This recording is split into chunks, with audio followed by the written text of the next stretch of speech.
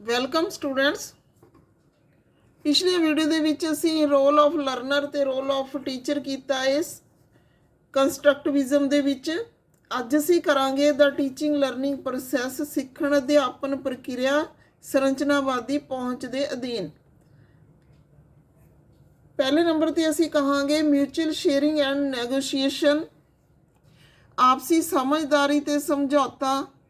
Teaching learning process ਦੇ ਵਿੱਚ ਦੋਹਾਂ ਜਿਹੜੀਆਂ ਧਿਰਾਂ ਨੇ ਜਾਂ ਦੋਹੇ ਕਾਰਨਰ ਨੇ, ਜਿਹੜੇ ਇੱਕ ਪਾਸੇ ਟੀਚਰ ਹੁੰਦਾ ਜਿਹਦੇ ਇੱਕ ਪਾਸੇ ਲਰਨਰ ਹੁੰਦਾ ਹੈ, ਤਾਂ ਇਹ ਦੋਨੇ ਨੇ ਜਿਹੜੇ ਆਪਸ ਦੇ ਵਿੱਚ ਸਾਂਝੇਦਾਰੀ ਦੀ ਭੂਮਿਕਾ ਨਿਭਾਉਣਗੇ, ਤਾਂ ਜਿਹੜਾ ਸਮਝੌਤੇ ਦੀ ਭੂਮਿਕਾ ਨਿਭਾਉਣਗੇ ਤਾਂ ਜਾ ਕੇ ਕਿਤੇ ਲਰਨਿੰਗ ਜਿਹੜੀ ਉਹ ਸਹੀ ਢੰਗ ਨਾਲ ਹੋ ਸਕਦੀ ਆ।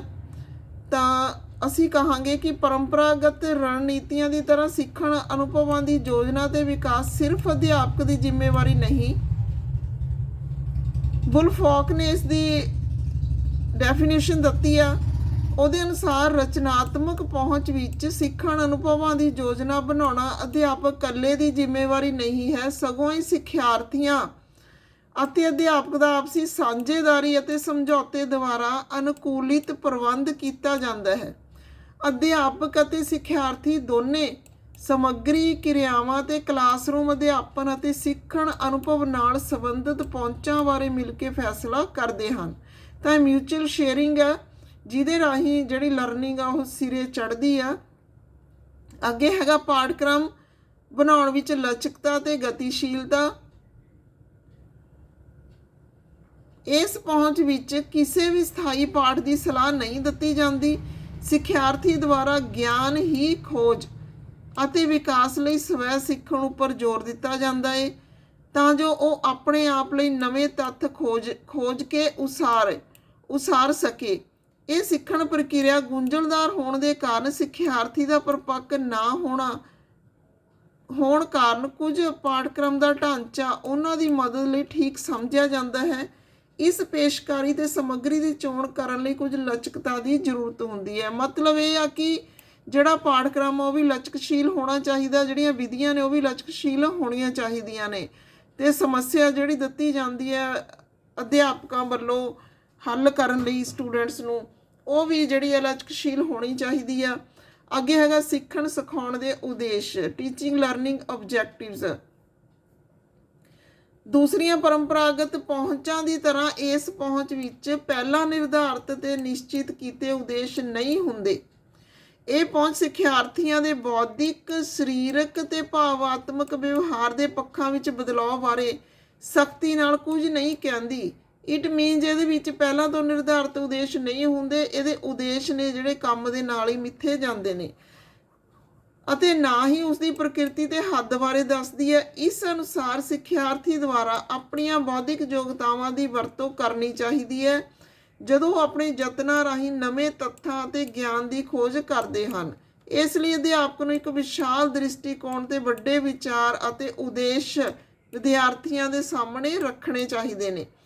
ਉਹਨਾਂ ਦੀ ਪ੍ਰਾਪਤੀ ਦੀ ਪ੍ਰਕਿਰਿਆ ਸਿੱਖਿਆਰਥੀ ਦੇ ਮੌਜੂਦਾ ਗਿਆਨ ਤੋਂ ਸ਼ੁਰੂ ਕਰਨੀ ਚਾਹੀਦੀ ਹੈ। ਫਿਰ ਹੈਗਾ ਵਿਸ਼ਾਲ ਵਿਚਿੱਤਰ ਅਨੁਭਵਾਂ ਦੀ ਉਪਲਬਧੀ। ਜਿਹੜੇ ਅਨੁਭਵ ਨੇ ਉਹ ਬਹੁਤ ਕੁਝ ਸਿਖਾਉਂਦੇ ਨੇ। ਅਧਿਆਪਕ ਆ ਜਿਹੜਾ ਸਿੱਖਣ ਪ੍ਰਕਿਰਿਆ ਵਿੱਚ ਕਿਰਿਆ ਅਤੇ ਸਿੱਖਣ ਅਨੁਭਵਾਂ ਨੂੰ ਇਸ ਪ੍ਰਕਾਰ ਸੰਗਠਿਤ ਤੇ ਯੋਜਿਤ ਕਰਦਾ ਹੈ ਕਿ ਸਿੱਖਿਆਰਥੀ ਨਵੇਂ ਤੱਥ ਖੋਜਣ ਤੇ ਗਿਆਨ ਦੀ ਉਸਾਰਨ ਲਈ ਵੱਧ ਤੋਂ ਵੱਧ ਮੌਕੇ ਪ੍ਰਾਪਤ ਕਰ ਸਕਣ। ਫਿਰ ਹੈਗਾ ਕਿਰਿਆਵਾਂ ਦਾ ਕੋਈ ਆਦਰਸ਼ ਨਮੂਨਾ ਨਹੀਂ। ਇਸ ਪਹੁੰਚ ਵਿੱਚ ਸਿੱਖਿਆਰਥੀ ਦੁਆਰਾ ਸਵੈ ਖੋਜ ਦੀ ਵਕਾਲਤ ਕੀਤੀ ਜਾਂਦੀ ਹੈ। ਇਸ ਪ੍ਰਕਾਰ ਸਿੱਖਿਆਰਥੀ ਵਾਤਾਵਰਨ ਵਿੱਚੋਂ ਖੋਜ ਕਰਕੇ ਵਿਚਾਰ ਪ੍ਰਾਪਤ ਕਰਦਾ ਹੈ, ਪਰ ਕਿਰਿਆਵਾਂ ਪਹਿਲਾਂ ਨਿਰਧਾਰਤ ਨਮੂਨੇ ਅਨੁਸਾਰ ਨਹੀਂ ਹੁੰਦੀਆਂ। ਅਸਲ ਵਿੱਚ ਸਿੱਖਣ ਅਧਿਆਪਨ ਪ੍ਰਕਿਰਿਆ ਜਿਹੜੀ ਇਸ ਪ੍ਰਕਾਰ ਹੋਣੀ ਚਾਹੀਦੀ ਹੈ ਕਿ ਸਿੱਖਿਆਰਥੀ ਅਸੰਤੁਲਨ ਅਵਸਥਾ ਮਹਿਸੂਸ ਕਰ ਸਕੇ। ਦੂਸਰੇ ਸ਼ਬਦਾਂ ਵਿੱਚ ਜੇ ਅਸੀਂ ਕਹੀਏ ਤਾਂ ਸਿੱਖਿਆਰਥੀ ਔਖੀਆਂ ਸਥਿਤੀਆਂ ਅਤੇ ਅਨੁਭਵਾਂ ਦਾ ਸਾਹਮਣਾ ਕਰ ਸਕੇ। ਇਸ ਤਰ੍ਹਾਂ ਦੀ ਜਿਹੜੀ ਅਵਸਥਾ ਹੈ ਉਹ ਹੋਣੀ ਚਾਹੀਦੀ ਹੈ।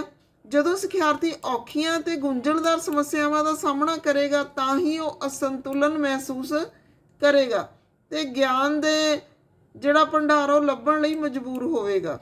ਅੱਗੇ ਹੈਗਾ ਸਿੱਖਣਾ ਇੱਕ ਸਮਾਜਿਕ ਪ੍ਰਕਿਰਿਆ। ਜਿਹੜੀ ਲਰਨਿੰਗ ਆ ਉਹ ਸੋਸ਼ਲ ਪ੍ਰੋਸੈਸ ਆ। ਇਹ ਪਹੁੰਚ ਕਹਿੰਦੀ ਆ ਕਿ ਸਿੱਖਣਾ ਇੱਕ ਸਮਾਜਿਕ ਪ੍ਰਕਿਰਿਆ ਹੈ। ਸਮਾਜਿਕ ਸਿੱਖਣ ਪ੍ਰਕਿਰਿਆ ਦੁਆਰਾ ਸਿੱਖਿਆਰਥੀ ਨੇ ਜਿਹੜੇ ਨਵੇਂ ਸਿਧਾਂਤ, ਤੱਥ ਅਤੇ ਸੰਕਲਪ ਲੱਭਦੇ ਹਨ। ਇਸ ਪ੍ਰਕਿਰਿਆ ਵਿੱਚ ਜਦੋਂ ਅਧਿਆਪਕ ਵਿਦਿਆਰਥੀ ਦੀ ਮਦਦ ਕਰ ਰਿਹਾ ਹੁੰਦਾ ਹੈ ਤਾਂ ਉਸ ਨੂੰ ਵੀ ਬਹੁਤ ਸਾਰੇ ਨਵੇਂ ਵਿਚਾਰ ਤੇ ਨਵਾਂ ਗਿਆਨ ਪ੍ਰਾਪਤ ਹੁੰਦਾ ਹੈ। ਬਹੁਤ ਸਾਰੇ ਸਿਧਾਂਤਕਾਰ ਮੰਨਦੇ ਹਨ ਕਿ ਵਿਅਕਤੀਗਤ ਸਿੱਖਣ ਦੀ ਸਮਾਜਿਕ ਪ੍ਰਕਿਰਿਆ ਵਾਤਾਵਰਣ ਦੀਆਂ ਚੀਜ਼ਾਂ ਨੂੰ ਨਵੇਂ ਅਰਥ ਦਿੰਦੇ ਹਨ ਜਿਸ ਵਿੱਚ ਉਹ ਰਹਿੰਦੇ ਹਨ। ਗਿਆਨ ਸਮਾਜਿਕ ਤੇ ਸੱਭਿਆਚਾਰਕ ਸਿੱਖਣ ਦੀ ਪ੍ਰਕਿਰਿਆ ਦਾ ਨਤੀਜਾ ਹੈ। ਸਿੱਖਣਾ ਇੱਕ ਜ਼ਰੂਰੀ ਸਮਾਜਿਕ ਪ੍ਰਕਿਰਿਆ ਹੈ। ਇਹ ਕਿਰਿਆਹੀਨ ਹੋ ਕੇ ਬੈਠਣ ਨਾਲ ਨਹੀਂ ਵਾਪਰਦਾ। ਇਹ ਉਦੋਂ ਵਾਪਰਦਾ ਹੈ ਜਦੋਂ ਵਿਅਕਤੀ ਕਿਰਿਆਸ਼ੀਲ ਹੋ ਕੇ ਸਮਾਜਿਕ ਕਿਰਿਆਵਾਂ ਵਿੱਚ ਭਾਗ ਲੈਂਦਾ ਹੈ। ਫਿਰ ਹੈਗਾ ਸਿੱਖਿਆਰਥੀਆਂ ਵਿੱਚ ਸਹਿਯੋਗ, ਕੋਲੈਬੋਰੇਸ਼ਨ ਅਮੰਗ ਦਾ ਲਰਨਰਸ। ਬਹੁਤ ਸਾਰੇ ਮੌਕਿਆਂ ਉੱਪਰ ਸਿੱਖਣਾ ਵਿਅਕਤੀਗਤ ਹੁੰਦਾ ਹੈ, ਪਰੰਤੂ ਇਸ ਪਹੁੰਚ ਅਨੁਸਾਰ ਸਿੱਖਿਆਰਥੀ ਕੁਝ ਔਖੇ ਤੇ ਉੱਚੇ ਉਦੇਸ਼ ਸਹਿਯੋਗ ਨਾਲ ਹੀ ਪ੍ਰਾਪਤ ਕਰ ਸਕਦੇ ਹਨ। ਜਦੋਂ ਆਪਣੇ ਸਾਥੀਆਂ ਨਾਲ ਆਪਣੇ ਅਨੁਭਵ ਸਾਂਝੇ ਕਰਦੇ ਹਨ ਤਾਂ ਵਿਚਾਰ ਵਟਾਂਦਰਾ ਕਰਦੇ ਹਨ, ਵਰਤਮਾਨ ਵਾਤਾਵਰਣ ਵਿਚਲੀਆਂ ਸਥਿਤੀਆਂ ਤੇ ਘਟਨਾਵਾਂ ਬਾਰੇ ਆਪਣੇ ਪੱਖ ਸਾਂਝੇ ਕਰਦੇ ਹਨ, ਤਦ ਹੀ ਉਹ ਉੱਚ ਉਦੇਸ਼ਾਂ ਨੂੰ ਪ੍ਰਾਪਤ ਕਰ ਸਕਦੇ ਹਨ। ਅੱਗੇ ਹੈਗਾ ਪ੍ਰਸੰਗ ਨੂੰ ਜਿਉਣਯੋਗ ਤੇ ਪ੍ਰਾਪਤੀਯੋਗ ਬਣਾਉਣਾ। Make the content viable and obtainable. ਸਮੱਗਰੀ ਆ ਜਿਹੜੀ ਉਹ ਵਾਤਾਵਰਨ, ਸਮੱਗਰੀ ਦਾ ਪ੍ਰਸੰਗ ਆ ਜਿਹੜਾ ਉਹ ਵਾਤਾਵਰਨ ਜਾਂ ਪ੍ਰਸੰਗ ਜਾਂ ਵਾਤਾਵਰਨ ਸਿੱਖਿਆਰਥੀ ਦੇ ਸਾਹਮਣੇ ਪੇਸ਼ ਕੀਤਾ ਜਾਂਦਾ ਤਾਂ ਸਾਫ਼ ਤੇ ਸਪਸ਼ਟ ਹੋਣਾ ਚਾਹੀਦਾ ਹੈ, ਪ੍ਰਾਪਤੀਯੋਗ ਹੋਣਾ ਚਾਹੀਦਾ, ਅਰਥਪੂਰਨ ਹੋਣਾ ਚਾਹੀਦਾ ਹੈ। ਇਹ ਜ਼ਰੂਰੀ ਹੈ ਕਿ ਸਮੱਗਰੀ ਸਿੱਖਿਆਰਥੀ ਦੇ ਸਾਹਮਣੇ ਪੇਸ਼ ਕੀਤੀ ਜਾਵੇ ਉਹ ਅਰਥਪੂਰਨ ਤੇ ਉਪਯੋਗੀ ਹੋਵੇ। ਸਿੱਖਿਆਰਥੀ ਦੀਆਂ ਬੌਧਿਕ ਯੋਗਤਾਵਾਂ ਦੀ ਪਹੁੰਚ ਅੰਦਰ ਹੋਵੇ।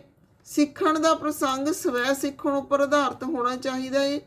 ਇਸ ਪਹੁੰਚ ਅਨੁਸਾਰ ਸਿੱਖਣ ਦਾ ਕੋਈ ਅਜਿਹਾ ਨਿਯਮ ਨਹੀਂ ਜੋ ਸਿੱਖਣ ਦੇ ਸਾਰੇ ਪੱਖਾਂ ਉੱਪਰ ਲਾਗੂ ਕੀਤਾ ਜਾ ਸਕੇ। ਇਸ ਲਈ ਅਧਿਆਪਕ ਇਸ ਗੱਲ ਦਾ ਧਿਆਨ ਰੱਖੇ ਕਿ ਸਿੱਖਣ ਪ੍ਰਕਿਰਿਆ ਜਿਸ ਵਿੱਚ ਸਿੱਖਿਆਰਥੀ ਕਿਰਿਆ ਕਰਦਾ ਹੈ ਉਸ ਦਾ ਸਿੱਧਾ ਸੰਬੰਧ ਉਸ ਸਿੱਖਣ ਦੇ ਸੱਭਿਆਚਾਰ ਨਾਲ ਹੋਵੇ ਜਿਸ ਵਿੱਚ ਇਹ ਪ੍ਰਕਿਰਿਆ ਵਾਪਰ ਰਹੀ ਹੈ। ਇਹਦਾ ਮਤਲਬ ਸਵੈ ਸਿੱਖਣਾ ਹੈ, ਕਿਸੇ ਤੋਂ ਬਿਨਾਂ ਹੈਲਪ ਲਏ ਆਪਣੇ ਆਪ ਜਿਹੜੇ ਸੰਕਲਪ ਸਥਾਪਿਤ ਕਰਨਾ ਹੈ। ਫਿਰ ਹੈਗਾ ਸਹੀ ਸਮਰੱਥਾ ਦਾ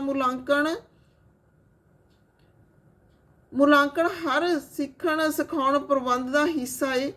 ਤਾਂ ਟੀਚਿੰਗ ਲਰਨਿੰਗ ਪ੍ਰੋਸੈਸ ਆ ਜਿਹੜੀ ਇਸ ਪਹੁੰਚ ਦੇ ਵਿੱਚ ਉਹ ਵੀ ਇਸ ਉਦੇਸ਼ ਦੇ ਨਾਲ ਹੁੰਦੀ ਆ ਕਿ ਜਿਹੜੇ ਉਦੇਸ਼ ਸਿੱਖਣ ਪ੍ਰਕਿਰਿਆ ਦੇ ਆਰੰਭੇ ਹਨ ਉਹਨਾਂ ਦੀ ਪ੍ਰਾਪਤੀ ਹੋ ਸਕੇ ਤੇ ਇਹ ਦੇਖਿਆ ਜਾਵੇ ਕਿ ਉਹਨਾਂ ਦੀ ਪ੍ਰਾਪਤੀ ਲਈ ਅਸੀਂ ਕਿੰਨੇ ਕਾਮਯਾਬ ਹੋਏ ਆ।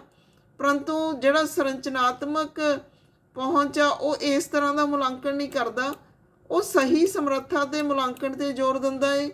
ਸੰਰਚਨਾਵਾਦ ਵਿੱਚ ਮੁਲਾਂਕਣ ਦੀ ਦੋਹਰੀ ਪ੍ਰਕਿਰਿਆ ਹੁੰਦੀ ਹੈ। ਇਸ ਵਿੱਚ ਅਧਿਆਪਕ ਤੇ ਸਿੱਖਿਆਰਥੀ ਦੀ ਅੰਤਰ ਕਿਰਿਆ ਸ਼ਾਮਲ ਹੁੰਦੀ ਹੈ।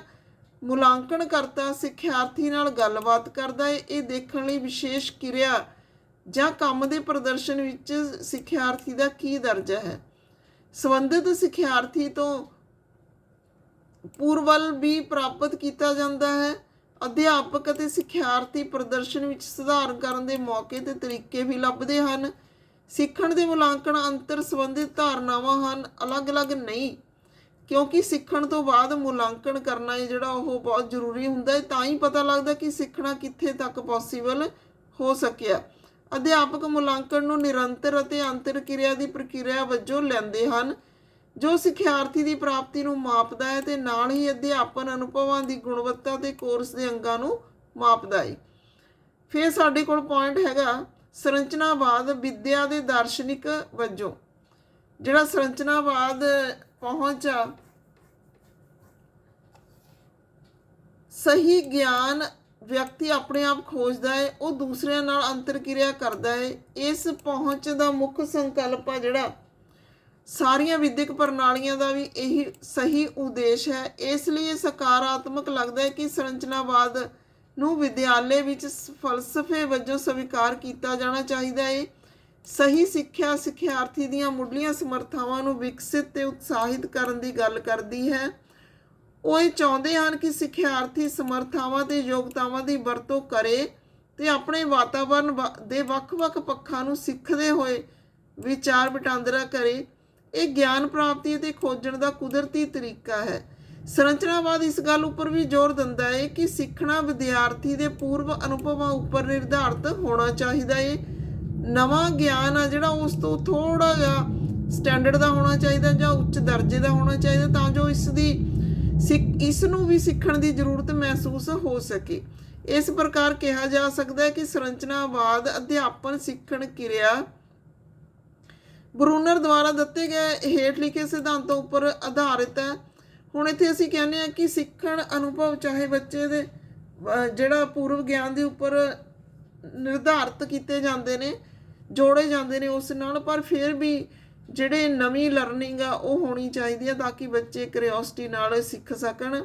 ਤਾਂ ਬਰੂਨਰ ਦੇ ਜਿਹੜੇ ਸਿਧਾਂਤ ਨੇ ਉਹਨਾਂ ਦੀ ਗੱਲ ਕਰਦੇ ਹਾਂ ਅਸੀਂ। ਇਹਦੇ ਵਿੱਚ ਅਧਿਆਪਨ ਅਨੁਭਵਾਂ ਅਤੇ ਪ੍ਰਸੰਗਾਂ ਨਾਲ ਸੰਬੰਧਿਤ ਹੋਣਾ ਚਾਹੀਦਾ ਹੈ। ਸਿੱਖਿਆਰਥੀ ਨੂੰ ਸਿੱਖਣ ਯੋਗ ਬਣਾਉਣ ਦੇ ਕੰਮ ਆਉਂਦੇ ਨੇ ਇਹ ਅਨੁਭਵ ਤੇ ਪ੍ਰਸੰਗ। ਫਿਰ ਹੈਗਾ ਅਧਿਆਪਨ ਸਮੱਗਰੀ ਇਸ ਪ੍ਰਕਾਰ ਉਸਾਰਨੀ ਚਾਹੀਦੀ ਕਿ ਸਿੱਖਿਆਰਥੀ ਇਸ ਨੂੰ ਆਸਾਨੀ ਨਾਲ ਸਮਝ ਸਕੇ। ਸਮਾਜਿਕ ਪ੍ਰਸੰਗ ਵਿਦਿਆਰਥੀਆਂ ਦੂਸਰਿਆਂ ਦੇ ਵਿਵਹਾਰ ਨੂੰ ਦੇਖਣ ਅਤੇ ਨਤੀਜਿਆਂ ਨੂੰ ਸਿੱਖਣ ਵਿੱਚ ਮਦਦ ਕਰਦਾ ਹੈ। ਅਧਿਆਪਨ ਸਿੱਖਣ ਇਸ ਪ੍ਰਕਾਰ ਡਿਜ਼ਾਈਨ ਕਰਨਾ ਚਾਹੀਦਾ ਹੈ ਕਿ ਉਹ ਖਾਲੀ ਥਾਂ ਜਾਂ ਅੰਤਰ ਨੂੰ ਘੱਟ ਕਰੇ। ਬੋਧ ਜਾਂ ਸਮਝ ਸਿੱਖਣ ਅਤੇ ਗਿਆਨ ਪ੍ਰਾਪਤੀ ਲਈ ਮੁੱਖ ਭੂਮਿਕਾ ਨਿਭਾਉਂਦਾ ਹੈ। ਸਮਾਜਿਕ ਸਿੱਖਣ ਮਨੁੱਖੀ ਸਿੱਖਣ ਦਾ ਆਧਾਰ ਹੋਣਾ ਚਾਹੀਦਾ ਹੈ। ਇਸ ਤਰ੍ਹਾਂ ਸੰਰਚਨਾਵਾਦ ਅਧਿਆਪਨ ਅਤੇ ਅਧਿਆਪਨ ਸਿੱਖਣ ਪ੍ਰਕਿਰਿਆ ਸਿੱਖਿਆਰਥੀਆਂ ਨੂੰ ਵੀ ਵਿਚਾਰਾਂ ਅਤੇ ਸੰਕਲਪਾਂ ਨਾਲ ਪ੍ਰਯੋਗਾਂ ਦੁਆਰਾ ਗਿਆਨ ਉਸਾਰਨ ਲਈ ਉਤਸ਼ਾਹਿਤ ਕਰਦੀ ਹੈ। ਜਦੋਂ ਵਾਤਾਵਰਣ ਵਿੱਚੋਂ ਖੋਜ